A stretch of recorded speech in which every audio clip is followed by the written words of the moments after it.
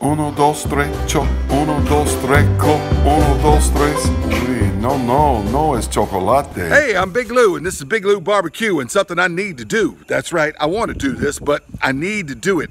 It's already mid to late January, and I should have done this back in November. In October, I got tagged in a cook a dessert on a grill or smoker kind of challenge thing by Smokin Jazz BBQ, and I told them I'd do it by November 1st, but I had a knee injury and my son needed to have surgery, and so there was health problems in the family and things came up, and what I wanted to do was cook a pecan pie.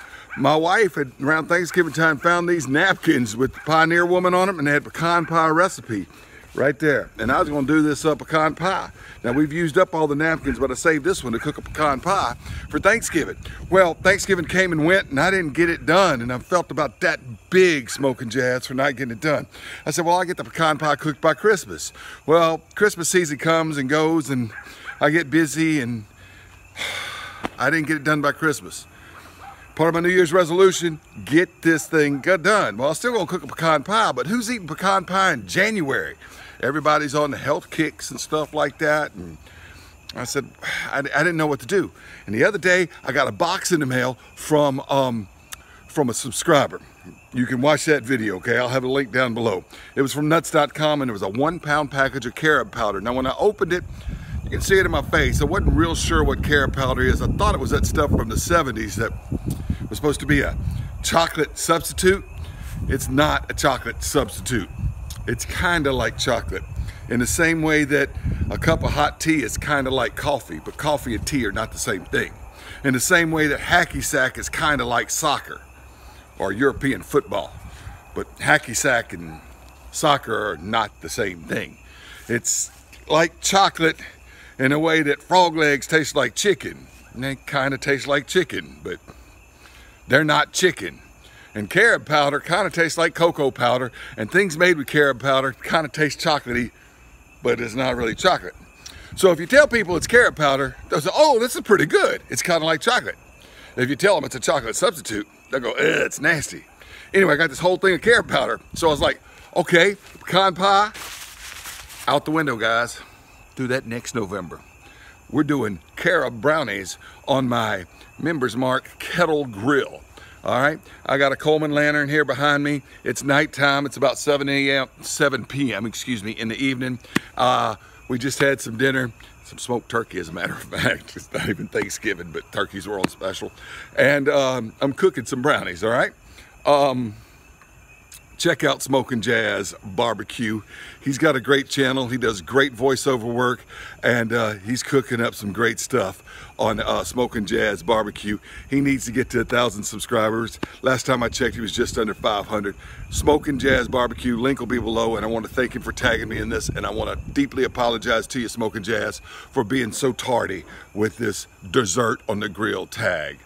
Big Lew BBQ.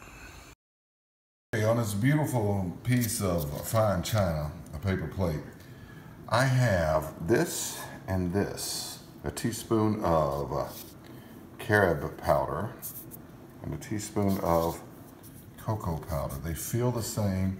They look very, very similar. And there is somewhat of a kind of chocolatey taste, but like I said, it's not chocolate. It's different, all right? But anyway, I think it's going to make very good brownies, and this is certainly sweeter. The chocolate, of course, is bitter because it's just pure cacao powder or cocoa powder. All right, let's mix this up and get the grill thrill home. Well, I decided to bake these in cast iron, so I used my Birmingham Stove and Range shallow oval fish fryer. It's old, made probably back in the 50s. You got to have Carob powder, baking powder, vanilla.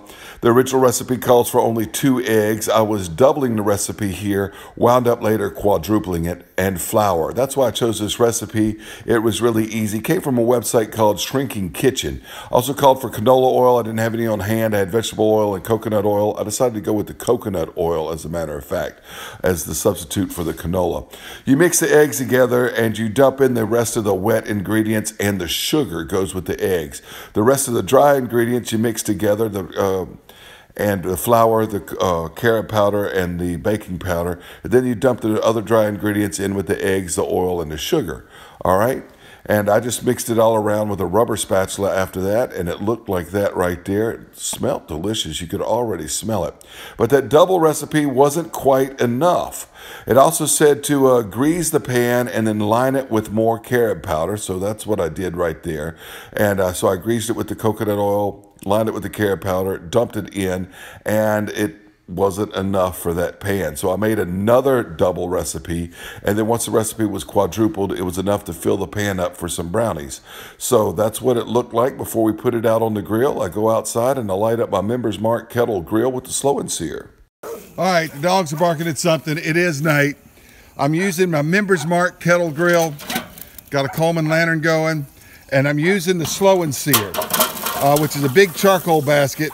And what that's going to do is that's going to allow even heating on this side. I got to get some tongs and get those charcoal in there real quick that fell out. All right, let me get these two coals right here, and that one that fell in there. This is going to provide even heat. We want this around 350 degrees, and that'll probably do it right over here on this side. If you don't have one of these baskets, you got two options. You can put it all on it, just dump your coals here, put the thing over here, but you're going to want to check it because it won't be even heat. But every time you lift the lid, it gets, every time you lift the lid, you're letting heat out of it, all right? Actually got to put this on first. Or you could put half a chimney of coals on each side and bake the thing in the middle. Be careful with that because the bottom could burn a lot quicker than the top. But this way, it's just going to draw right over here to the vent, all right? All right, well, I just checked. The grill's just over 300 degrees. It's up to temp. So I'm just going to put the brownies right there, put the lid on, and I don't have to look at it. I can trust the slow and sear. But like I said, if you don't have one, you can still do it. Just go in and turn them or whatever, make sure everything's cooking even. Okay, got a little more light out here. Let's take a look at this. They look done. Do the toothpick test. Yep, they're done. Let's get them off of here and inside. Just burn the toothpick. Well, there they are done. What I'm gonna do now is sprinkle some powdered sugar on top of them real quick and let them cool. We'll cut them and taste them. They've had a chance to cool. Let's cut them. It did say cakey brownies, so they're supposed to be a little like cake. And I did quadruple the recipe because the double recipe didn't quite fit. Maybe a third of a recipe would have made them a little smaller. They look good. They smell kind of like chocolate brownies. This is not a sharp knife, so anyway, let's go ahead and pull one out for you. I'll cut the rest up in a minute. Let's get one right from the center. Look at that. And that's the bottom of the pan right there, so they're not burned or anything. You can't tell it because they're black, but. Okay, Anna, you want this one or you want one from the edge? I want that one. You want one from the edge, all right. No, I want the one that's right by it. Or the one from the edge works. Oh, I'm sorry. That works this one. There you go. All right, let me turn this around and we'll taste it. My daughter Hannah's here. We're gonna taste this carob. It's from a pod type thing and they cook the pulp, not the seeds. It's not chocolate, but it's kind of like chocolate. Like I said at the beginning, kind of like tea, it's kind of like coffee. You know, it's not the same. What I want to know is, can we feed this to the dogs? Dogs are allergic to chocolate. Probably, they probably wouldn't like it. You try it, tell me if you like it.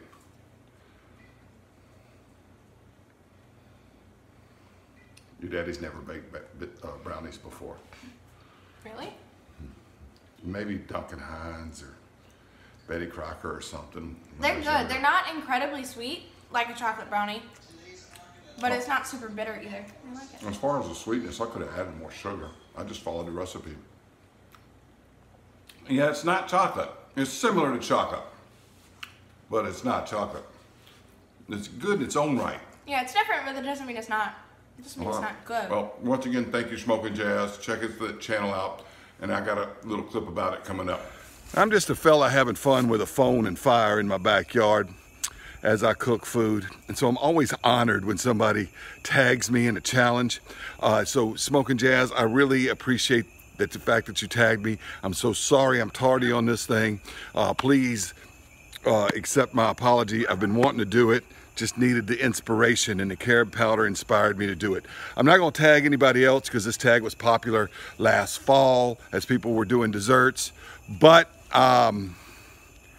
you know, I'm just not gonna tag anybody. I'm late on this thing. So anyway, once again, I'm sorry, but Smokin Jazz, thank you. If you had not subscribed to him, if you haven't seen his channel, please check it out. He does great voiceover work. Thanks for watching Big Lew BBQ.